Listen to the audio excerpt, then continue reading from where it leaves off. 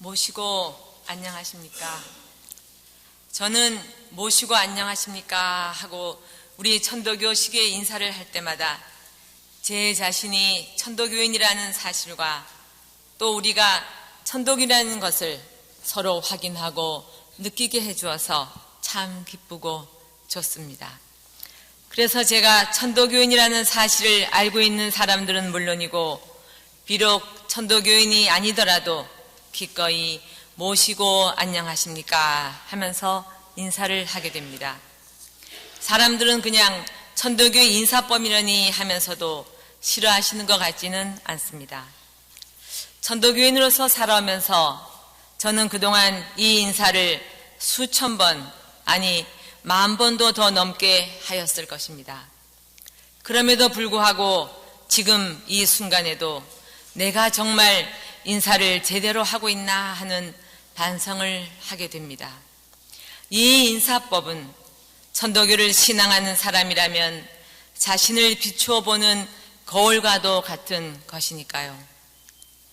그런 의미에서 습관적으로, 형식적으로 인사를 하지 않고 진심을 담아 서로 하느님을 대하듯이 반갑게 인사를 서로 나눈다면 우리가 지금보다는 더 소중하게 서로를 아끼고 귀하게 여길 수 있을 것 같다는 생각을 하면서 오늘 설교 말씀은 정신개벽과 수련이라는 제목으로 말씀을 드리고자 합니다. 성사님께서는 일찍이 이념을 개벽설에서 개벽이란 하늘과 땅이 서로 나뉘는 것이 아니라 부패한 것을 맑고 새롭게, 복잡한 것을 간단하고 깨끗함을 말한다고 하셨습니다. 그리고 천지 만물의 개벽은 공기로서 하고 인생 만사의 개벽은 정신으로서 한다고 하시면서 지금 그대들은 가히 하지 못할 것을 생각하지 말고 먼저 각자의 본래 있는 정신을 개벽하면 만사의 개벽은 그 다음 차례의 일이라고 하셨습니다. 이 말씀은 오늘날 천도교는 물론 모든 지구 생명체가 위기에 처한 지금 우리 천도교인들이 가장 먼저 힘써야 할 것이 무엇이며 가장 먼저 시작해야 할 일이 무엇인지를 제시해주고 계십니다. 천도교인이라면 누구나 이 말씀에 주목해야 할 것입니다. 내가 달라지지 못하고 남을 또 나아가 세상을 어떻게 변화시킬 수 있단 말씀입니까? 그래서 모든 세계의 지성인들은 나를 성찰할 때 비로소 나의 변화가 시작된다고 말하고 있습니다. 그리고 남을 탓하기 전에 먼저 나를 돌아보라고 말하고 있습니다. 이를 미처 알지 못했던 저는 수많은 시행착오를 거쳐야 했고 수련을 통해서 비로소 그 의미를 알게 되었기에 이 자리에서 정신개벽과 수련에 대해서 꼭 말씀드려야 되겠다고 마음을 먹었습니다. 어렸을 때는 시식에도 참석하고 청수도 집에서 꼭꼭 모시고 신고도 열심히 하면서 나름대로 천도교를 열심히 하였다고 생각했는데 저는 되는 일이 하나도 없었습니다. 당시 왜 하는 일마다 되는 일이 없는지 저는 도저히 알 수가 없어서 부모님은 물론 주변 사람들을 원망하기도 하고 심지어 하늘님을 탓해보기도 하였습니다. 그러나 그 까닭은 오랜 세월이 지나고서야 비로소 조금씩 알게 된 것 같습니다. 당시 자신을 돌아보기에는 제가 너무 어렸던 것이 아닐까 생각해 보기도 합니다. 20대에 올라와서 저는 청년 시절에 서울에 올라와서 청년회를 할 때에도 천도교에 대한 애정과 관심이라는 미명 아래 우리는 모이면 목청을 높여 선배들을 성토하고 서로를 질책하며 천도교 좀 멋지게 잘해보자고 다짐도 하고 또 천도교를 어떻게 발전시킬 것인가 머리를 맞대고 심각하게 고민도 했었더랬습니다. 그러나 돌이켜보면 자신을 돌아보고 성찰하는 시간이 부족했으며 천도교의 변화와 발전을 위해 무슨 일을 해야 하는지를 잘 몰랐다고 하는 반성도 해봅니다. 말로는 천도교를 위한다고 하면서도 가장 소중한 천도교의 동덕들끼리도 서로를 소중히 여기지 못했으니까요. 그래서 당시 실망을 하거나 상처를 받고 교회를 떠난 사람들도 많았고, 또 어떤 친구는 기회를 찾아서 교회에 등을 돌리기도 했었지만, 남아있던 우리들은 천도교 아무나 하나 하면서 더욱 자부심만 키웠을 뿐 앞으로 다가올 위기를 전혀 눈치채지도 못하고 새로운 변화에 대처할 준비도 전혀 하지 못했습니다. 그 결과 수십 년이 흐른 지금 천도교회는 청년이 없고 교당에는 빈자리가 점점 늘어가고 있습니다. 이 위기를 극복하기 위해서 우리는 더 이상 지난날의 과오를 반복할 수는 없습니다. 이제는 현실을 직시하고 말이 아니라 몸으로 실천을 해야 합니다. 그리고 대안을 찾아서 다 함께 각고의 노력을 함께 해 나가야 할 것입니다. 그러기 위해서 무엇보다 우리는 하나가 되어야 합니다. 마음이 하나가 되는 것은 결국 하늘님 마음을 회복하는 길밖에 없습니다. 그래서 우리 교인들이 정신개벽부터 시작하는 일이 중요하다고 하겠습니다. 성사님께서는 정신을 개복하고자 하면 먼저 스스로 높은 채 하는 마음을 모실 시자로 개벽하고, 스스로 높은 채 하는 마음을 개벽하자 하면 의심스럽고 두려운 마음을 정할 정자로 개벽하고, 의심스럽고 두려운 마음을 개벽하자 하면 아득하고 망령된 생각을 알지자로 개벽하고, 아득하고 망령된 생각을 개벽하자 하면 먼저 육신관념을 성령으로 개벽하라고 하셨습니다. 결국 바로 정신개벽은 시천주에 있다는 말씀입니다. 그런데 저는 20살 청년 시절까지 시천주를 자신의 몸과 마음으로 체득하려는 노력은 별로 하지 못하고 다만 부모님께 효도하는 마음으로 천도교를 하였습니다. 그리고 당시의 수련은 몸이 아픈 사람이나 할머니들과 어머니들이나 하는 것으로 알았습니다. 또 주문을 외우며 몸을 떨고 수련을 하는 모습이 이상하게 보인 적도 있었습니다. 그러나 가끔 청년의 차원에서 대교당에서 새벽 기도와 수련을 할 때가 있었는데 꽤 많은 청년들이 참가했던 것으로 기억됩니다. 당시에 우리 청년들은 주문을 힘차게 외우고 수련을 하고 이른 아침 낙원상가 주변에서 콩나물국으로 아침을 먹고 뿌듯한 마음으로 각자 출근을 하였는데, 지금도 그때의 기억을 생각하면 마음이 흐뭇해집니다. 그때는 그래도 대부분 수련을 심신수양 차원에서 생각하였기에 필수가 아니라 선택이었던 것 같습니다. 그래서 수련이 청년회의 중요한 문화로 자리 잡지 못하고 마치 행사를 하듯이 우리는 수련을 했던 것 같습니다. 그러다 32살이 되어서 비로소 저는 어머니를 따라 화학산 수도원에 가서 일주일 동안 단체 수련을 하면서 처음으로 대강령을 모시게 되었고 시천주를 온 몸과 마음으로 체험할 수가 있었습니다.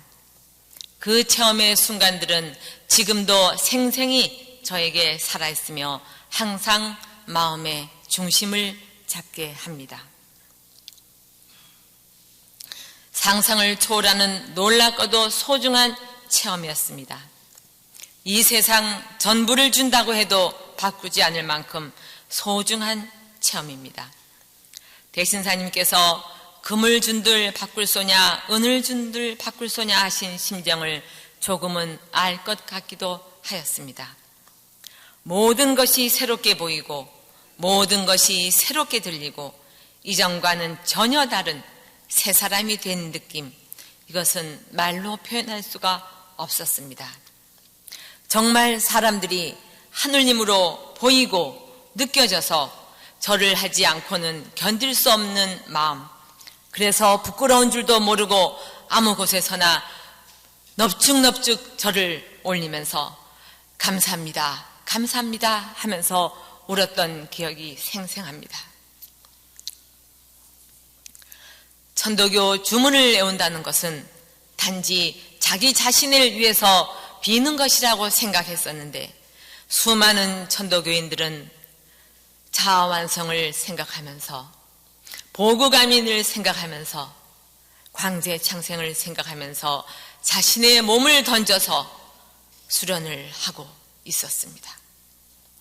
저는 그동안 눈으로 보는 편견과 선입견에 사로잡혀서 조금 아는 것을 가지고 사람들을 판단하던 그 편견이 여지없이 깨지는 순간을 경험했던 것입니다.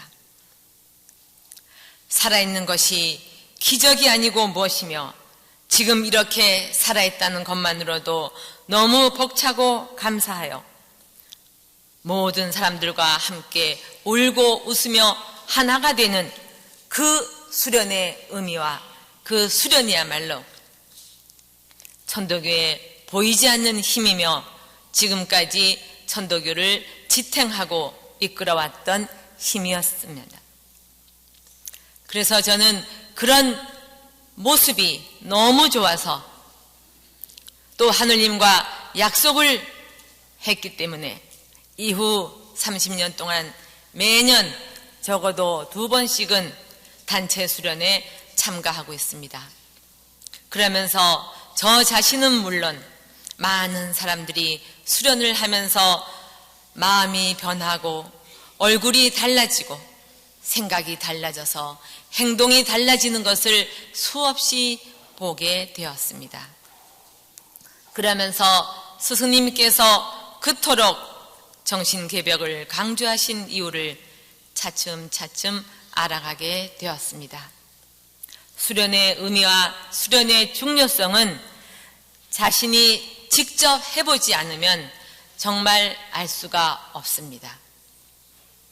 그냥 겉으로 보기에는 아무것도 아닌 것 같지만 그 사람을 송두리째 바꿔놓을 수 있는 새 사람이 되게 하는 길이기 때문입니다. 요즘 우리는 눈만 뜨면 각종 사고와 범죄와 비리로 수많은 사람들이 다치고 병들고 목숨을 잃었다는 끔찍한 뉴스를 보고 들으며 살아가고 있습니다. 하루도 무사한 날이 없는 것 같습니다. 대다수의 사람들도 그런 불행이 언제 나에게 닥칠지도 모른다는 공포와 불안감에 시달리고 있으며 극심한 스트레스를 견디지 못하여 정신적으로 문제가 발생하는 사람들도 급속도로 늘어가고 있습니다. 특히 최근에는 지구촌 곳곳에서 태풍, 지진, 화산 폭발, 홍수 등 자연재해가 빈번해지고 있으며 그 피해가 극심한 것을 보게 됩니다. 과학기술이 고도로 발달된 선진국조차도 이를 피해가지는 못합니다. 우리나라도 지난 여름에는 기록적인 폭염에 시달려야 했고 겨우 더위가 가시자 경주에서 시작된 지진으로 경주, 부산, 울산 등 남부지방 사람들은 심한 진동에 소스라치게 놀라고 두려움에 떨었습니다. 이어서 태풍 차바로 인하여 많은 사람들이 피해를 겪으며 또한 고생을 하였습니다. 저도 부산에서 살다 보니 이를 더욱 실감하게 되었는데 사람들의 반응도 제각각이었습니다. 어떤 60대의 부인은 언제 죽을지도 모르는데 맛있는 것 실컷 먹고 하고 싶은 것 실컷 하면서 살아야겠다고 말하고, 또 어떤 30대의 젊은 임산부는 이렇게 위험한 세상에서 어떻게 나의 아이를 낳아서 기르냐고 하면서 정말 어떻게 살아야 할지 모르겠다고 혼란스러워 하더군요. 그러나 태풍이 지나간 후에 광안리 바닷가에 산책을 나왔다가 쓰레기 더미가 된 광안리 바닷가를 보고 젊은 외국인 모녀가 의기투합해서 쓰레기를 치우던 모습이 SNS를 뜨겁게 달구었습니다. 어제 신문에도 조선일보 일면에 소개가 된 것을 보니 10살도 안 된 어린 소녀가 나도 부산 사람이에요, 우리 동네를 치우는 것은 당연하다고 그렇게 말하는 어린 소녀와 그 어머니의 모습을 보면서 저는 한없이 고맙고 부끄럽고 또 그리고 우리가 어떤 모습으로 살아야 하는지를 다시 생각하게 되었습니다. 요즘 화재 현장이나 교통사고 현장에서 젊은이들이 위험을 무릅쓰고 사람의 생명을 구하기 위해 물불을 가리지 않고 뛰어드는 그런 의인을 볼 때마다 암흑 속에서 한 줄기 빛을 보는 것 같고, 그분들이 있기에 그래도 살만한 세상이라고 사람들은 말하고 있습니다. 인간과 사회, 자연을 망라하는 이 총체적 위기가 바로 우리 눈앞에서 전개되고 있습니다. 눈앞의 현실은 인류 전체의 각성을 요구하고 있으며, 새로운 차원의 삶을 열어내지 못하면 인류의 미래를 기대할 수 없다는 우려의 목소리가 곳곳에서 높아가고 있습니다. 저는 이러한 때에 천도교가 해야 될 일이 무엇인지, 천도교인으로서의 제 역할은 무엇인지 많은 생각을 해보게 됩니다. 최근에 그 세계적인 석학이라고 그래도 꼽히는 뚜에민 교수가 경희대학교에서 유교 새로운 인간학으로 가능한가 하는 이런 제목의 강연이 있었습니다. 그 자리에는 한 500명이 넘는 젊은 사람들이 참석하여 그분의 강의를 경청하였습니다. 그분은 유교를 새롭게 해석해서 서구 사회에 유교를 알리고 있으며, 유교를 보편적인 세계적인 종교로서 다시 새롭게 정립하는 일을 하고 있었습니다. 수천 년이 지난 유교가 그대로 있다면 낡고 고리타분하고 정말 이해할 수도 없어서 사람들이 관심을 갖지 않을 것입니다. 그러나 항상 새롭게 재해석하고 재조명하면서 시대 정신으로 살려내는 것이 후세 사람들의 몫일 것입니다.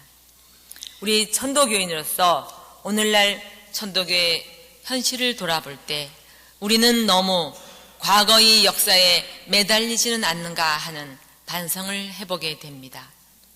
과거의 역사를 아무리 우리가 강조하여도 사람들은 천도교에 관심을 보이지 않습니다. 과거가 중요한 것이 아니라 지금 현재 더욱 중요하기 때문입니다. 지금 내가 당장 어떻게 살아야 할지, 내가 무엇을 해야 할지, 내 가슴이 아프고 내가 힘든데 역사를 찾아서 거기에서 교훈을 얻기에는 너무 당면한 현실이 무겁고 급하기 때문입니다. 우리가 괴로워하고 힘들어하고 불안해하는 사람들에게 하느님 모심을 우리가 직접 느끼게 해주고 깨닫게 해주고 경험하게 함으로써 새로운 용기를 갖게 함으로써 내 안에 하느님을 모셨다는 것을 우리가 자각하게 되면 한없는 지혜와 용기와 힘이 샘솟는다는 것을 우리가 알려줄 때 사람들은 그 힘이 필요하고 그 지혜가 필요하다면 천도교를 수없이 찾아올 것입니다. 그러나 우리가 오늘날 수련을 하는 문제에 있어서도 많은 사람들은 문제 제기를 합니다. 그리고 관심도 점점 멀어지는 것 같은 모습을 보이고 있습니다. 혼자 수련하는 것은 집에서 조용히 하면 되지만 교인들이 여럿이 단체로 수련할 때 그 환경이 매우 열악하다는 사실입니다. 이웃 종교를 가보면 수련하는 수련장과 숙소와 식당과 침실이 정말 정갈하게 갖추어진 것을 볼 수 있습니다. 우리는 눈을 들어 이웃 종교를 살펴볼 필요가 있습니다. 오랫동안 그렇게 해왔고 또한 우리 선열들께서는 목숨을 바쳐 이 도를 지키셨는데 그런 고생쯤이야 감수할 수 있다고 할 수도 있겠지만 요즘 젊은이들은 또 천도교를 잘 모르는 사람들은 당장 그런 시설 앞에서 무너지고 맙니다. 그리고 우리가 그냥 수련을 한다고 해도 이 수련을 오랜 체험과 경험을 가지신 수련을 지도할 수 있는 분이 계셔야 합니다.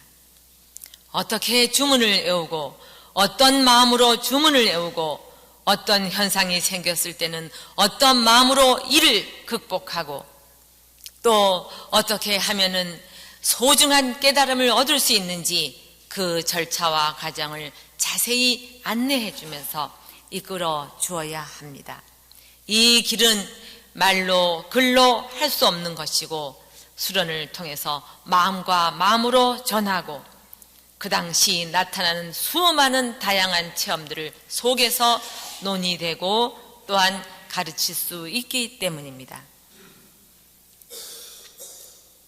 사실 수련을 하게 되면 우리들이 오래 주문을 외우신 우리 숙덕 어르신들은 크게 소리 높여 외치지 않으셔도 조용한 모습에서 조용한 말씀에서 우리는 큰 울림으로 다가오는 것을 느낄 수 있습니다. 침묵이 웅변보다 더 강조되는 시대가 되었습니다. 이제는 말하기보다는 보여달라고 사람들은 요구하고 있습니다. 우리가 무엇을 보여주어야 하겠습니까? 저는 그 지혜를 스승님이 가르침 속에서 스승님의 삶을 통해서 우리는 찾아야 한다고 말씀드리고 싶습니다. 신사님께서는 한평생 쫓기는 몸으로 36년 동안을 조선의 민중들과 함께 사람이 바로 하늘이니 사람 섬기기를 하늘같이 하라.